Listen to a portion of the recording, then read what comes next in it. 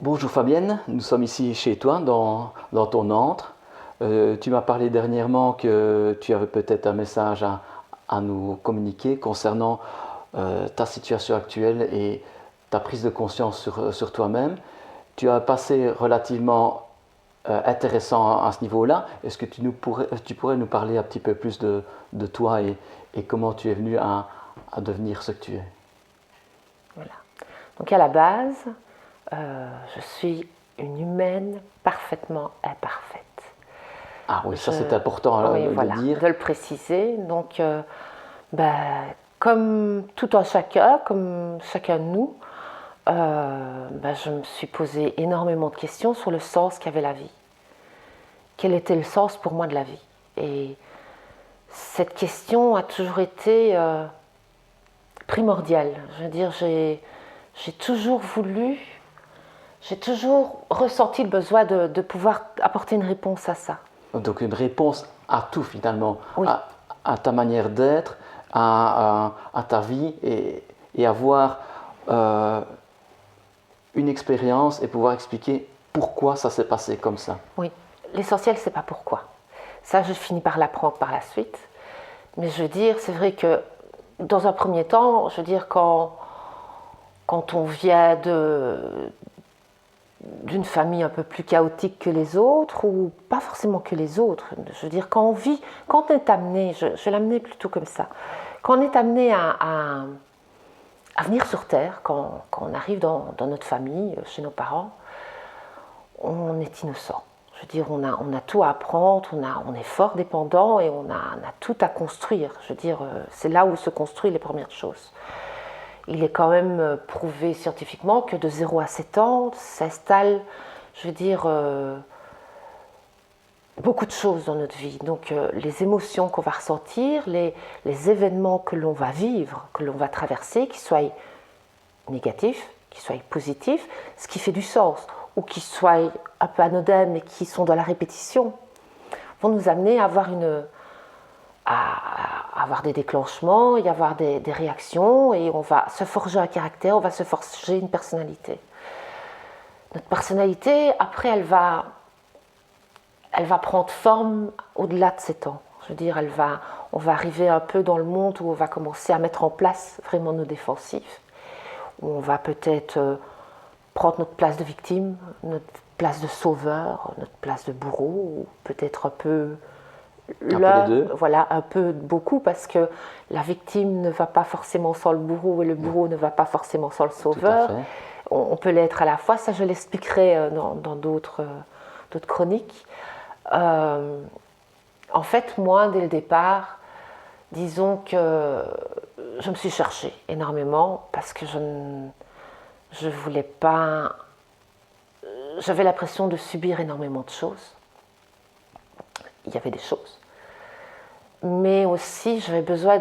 J'étais en même temps cette petite fille qui était reliée au bois, à la nature. Ah oui, donc tu as Oui, vécu ton enfance proche des bois oui, et de la nature de manière oui. générale. Avec mes parents, mon père était, en plus de son travail quotidien, il était garde-chasse et on vivait au milieu des bois. Ah génial. Oui, oui, complètement génial. Et moi, ben, mes premières années, je veux dire de 3 à 6 ans, j'ai vraiment été imprégnée de cette nature et avec laquelle, ben, si la communication ne passait pas à la maison, ben, je pouvais communiquer avec les arbres, je pouvais communiquer avec les oiseaux, je pouvais communiquer avec les plantes, je pouvais écouter ce que les plantes avaient à me dire, ce que les oiseaux avaient à me dire. En fait, j'étais dans ce monde où je trouvais, dans cette magie du monde, dans ce que je ressentais dans ce monde-là, une, une telle paix. Je veux dire, je retrouvais vraiment du réconfort. C'était Oui, vraiment ça. un style de communion Complètement, apaisante, hein. complètement. Donc la vie faisant, la vie avançant, ben forcément, comme tout le monde, on vit des épreuves qui sont plus ou moins pénibles et qui nous créent des blessures à l'intérieur de soi. Et ces blessures, elles prennent plus ou moins de la place. Et ces blessures, un jour, ben, chez moi, elles ont pris beaucoup de place. Je je veux dire, elles ont pris de la place au point où j'étais devenue incapable de penser ces blessures, parce que j'avais trouvé un système de pensée. Le mot, c'est un jeu de mots. Hein. Oui, oui, oui, oui. À la fois penser, mais penser. Avec le A ou avec le E? Avec le A ou avec le E. Et donc, je m'étais beaucoup réfugiée dans les bouquins, dans les écrits. J'écris moi-même, mais je veux dire, voilà, j'avais besoin d'explorer les connaissances des autres, de m'imprégner de leurs connaissances pour essayer de trouver une certaine stabilité avec moi. À l'âge de 15 ans, j'ai développé une maladie chronique de l'intestin qui m'a tout de suite fait perdre pied. Je veux dire, je me disais, ça y est, la vie, elle est foutue. Voilà, j'écoute les médecins, j'écoute ce qu'on me dit. Je vais arriver à rien, moi qui étais branchée études, qui étais mise sur des rails. Et malgré l'instabilité qui régnait chez mes parents, je me suis cherchée. Je me suis cherchée longuement, longtemps, et là, un jour, ce monde s'est écroulé, et puis je me suis dit, je vais pas y arriver, je vais pas y arriver.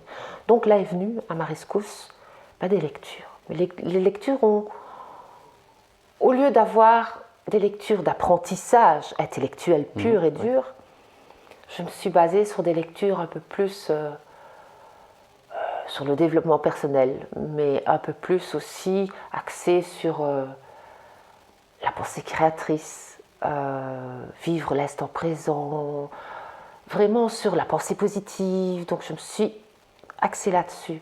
Et en même temps, je me suis mise à étudier un peu la psychologie. Oui, donc c'est plus un travail sur le mental, alors, voilà. de manière générale. Là, je me suis dit à l'époque, écoute, j'ai voulu couper en fait les émotions qui me submergeaient, mes ressentis qui étaient présents depuis enfant, à l'exposant 1000. J'ai voulu couper ça par préservation, tout simplement pour ne plus être dans cette souffrance. Et donc je me suis réfugiée alors à ce moment-là dans une autre partie de ce que je pouvais faire, ce que je croyais que j'étais capable de faire à l'époque, c'est d'apprendre. Tu es là pour apprendre, donc si tu ne sais rien, si on ne t'a rien appris, apprends par toi-même. C'est ça. Et c'est ce que j'ai fait. Et puis je me suis retrouvée tout un temps dans ces lectures. Je veux dire, ça m'a apporté du bien, du positif, mais qui n'était jamais qu'encore que penser. Superficiel. Voilà, penser. Mes pensées faisaient que je me pensais. Mais dans la durabilité, elle n'était pas forcément là. Oui, donc je veux dire, la moindre anicroche. C'est ça, c'était des connaissances sur l'instant qui permettaient de pouvoir pallier à certains problèmes, mais qui n'étaient jamais que de courte durée. Voilà.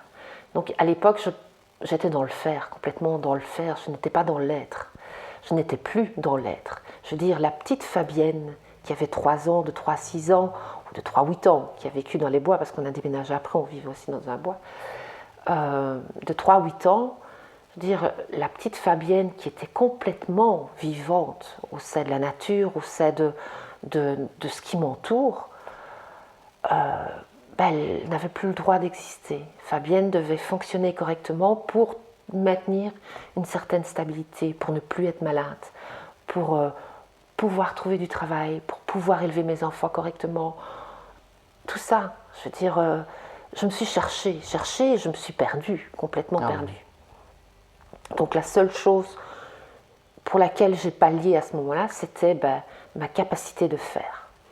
Et là, oui, c'était une forme de reconstruction. Alors à ce moment-là, on passe à une phase de reconstruction. Oui, complètement. Oui.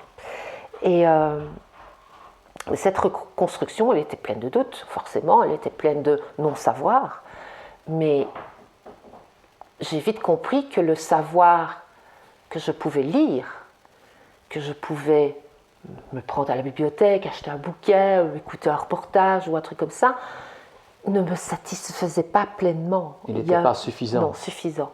Donc la vie amène que tout un chacun, on est amené à vivre des événements qui sont plus ou moins tragiques ou plus ou moins gais aussi, parce qu'il n'y a pas que le négatif. Ça, c'est sûr.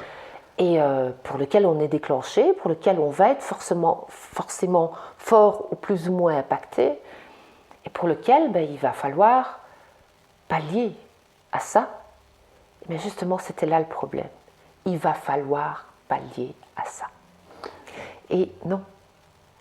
Mais il a fallu du temps pour que je le comprenne. Donc j'ai fait un cheminement par un travail d'abord d'introspection sur moi-même. Donc j'ai décidé à une certaine époque de me faire suivre en psychanalyse. Je me suis dit c'est le seul, je vais un peu observer ce qui se passe autour de moi. Je travaille en hôpital psychiatrique, je travaille dans les bureaux, je ne travaille pas côté soins. Mais je veux dire, j'observais un petit peu autour de moi et je me suis dit mais est-ce que je me vois aller chez un psychiatre? Est-ce que j'ai besoin d'un psychiatre? Oui, évidemment, quand on travaille dans un institut Voilà. comme ça, on ne se sent pas spécialement à l'aise à ce niveau-là, je pense. Je sais pas, je me suis dit, en fait, je me suis posé la question en me disant, mais est-ce que ça va vraiment de la pathologie, ce que j'ai ou pas? Mon non-savoir de moi-même, en fait, le vide qui m'occupait à ce moment-là, et le sens que je ne trouvais plus dans la vie à ce moment-là. Et là, je me suis dit, peut-être que oui, peut-être que non, peut-être que, voilà, je m'ai développé aussi une certaine dépression, une certaine, voilà, non. Et puis, je me suis dit, peut-être aller chez un psychologue, voir un petit peu en discuter. Et puis, en écoutant un peu autour de moi, je me suis aperçue que la psychanalyse pouvait peut-être m'amener des réponses sur moi, à moi-même. On m'avait prévenu dès le départ que le travail serait long, fastidieux, mais je l'ai fait. Je l'ai fait pendant 6 ans. Je suis allée jusqu'à 2-3 fois semaine chez le psychanalyste, pour lequel ça n'a pas toujours été... on n'y va pas de gaieté de cœur. Je veux dire, on n'y va pas... Enfin, on y va avec une bonne volonté, mais je veux dire, on y va pour entreprendre un travail qui va être... C'est ça, oui. Donc on y va déjà dans... On s'investit dans la psychanalyse. Une situation de faiblesse de toute manière au départ et on essaye de se sentir mieux. Voilà, à la base, on a notre non-savoir. Moi, c'était mes doutes et le sens que je ne retrouvais plus à ce que je faisais. Donc il fallait absolument que je puisse me relier à moi, à ma vraie nature qui était quand j'étais petite, quand j'étais dans l'insouciance. Pas la petite fille qui subissait, la petite fille qui rêvait, la petite fille qui vivait, la petite fille qui était émerveillée par ce qui l'entoure. J'avais besoin de retrouver ça. Et dans le monde adulte dans lequel je me retrouvais, il m'amenait mon hypersensibilité était à fleur de peau, donc je ressentais tout, j'étais une vraie éponge. Je pouvais absorber l'énergie négative qui m'entourait, je pouvais ressentir ce que les gens ressentaient autour de moi. L'émotivité était là. Je veux dire, j'étais au-delà de la compassion, j'étais vraiment au-delà de ça. Et ça me mangeait littéralement, donc il fallait que je trouve quelque chose qui palliait à ça.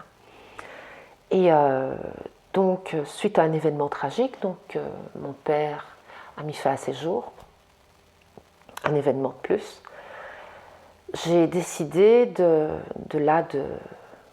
après un long moment de descente aux enfers, de prendre soin de moi. Donc j'ai entamé cette psychanalyse qui m'a permis déjà d'avoir une bonne lecture de qui j'étais. Oui. Je veux dire, voilà.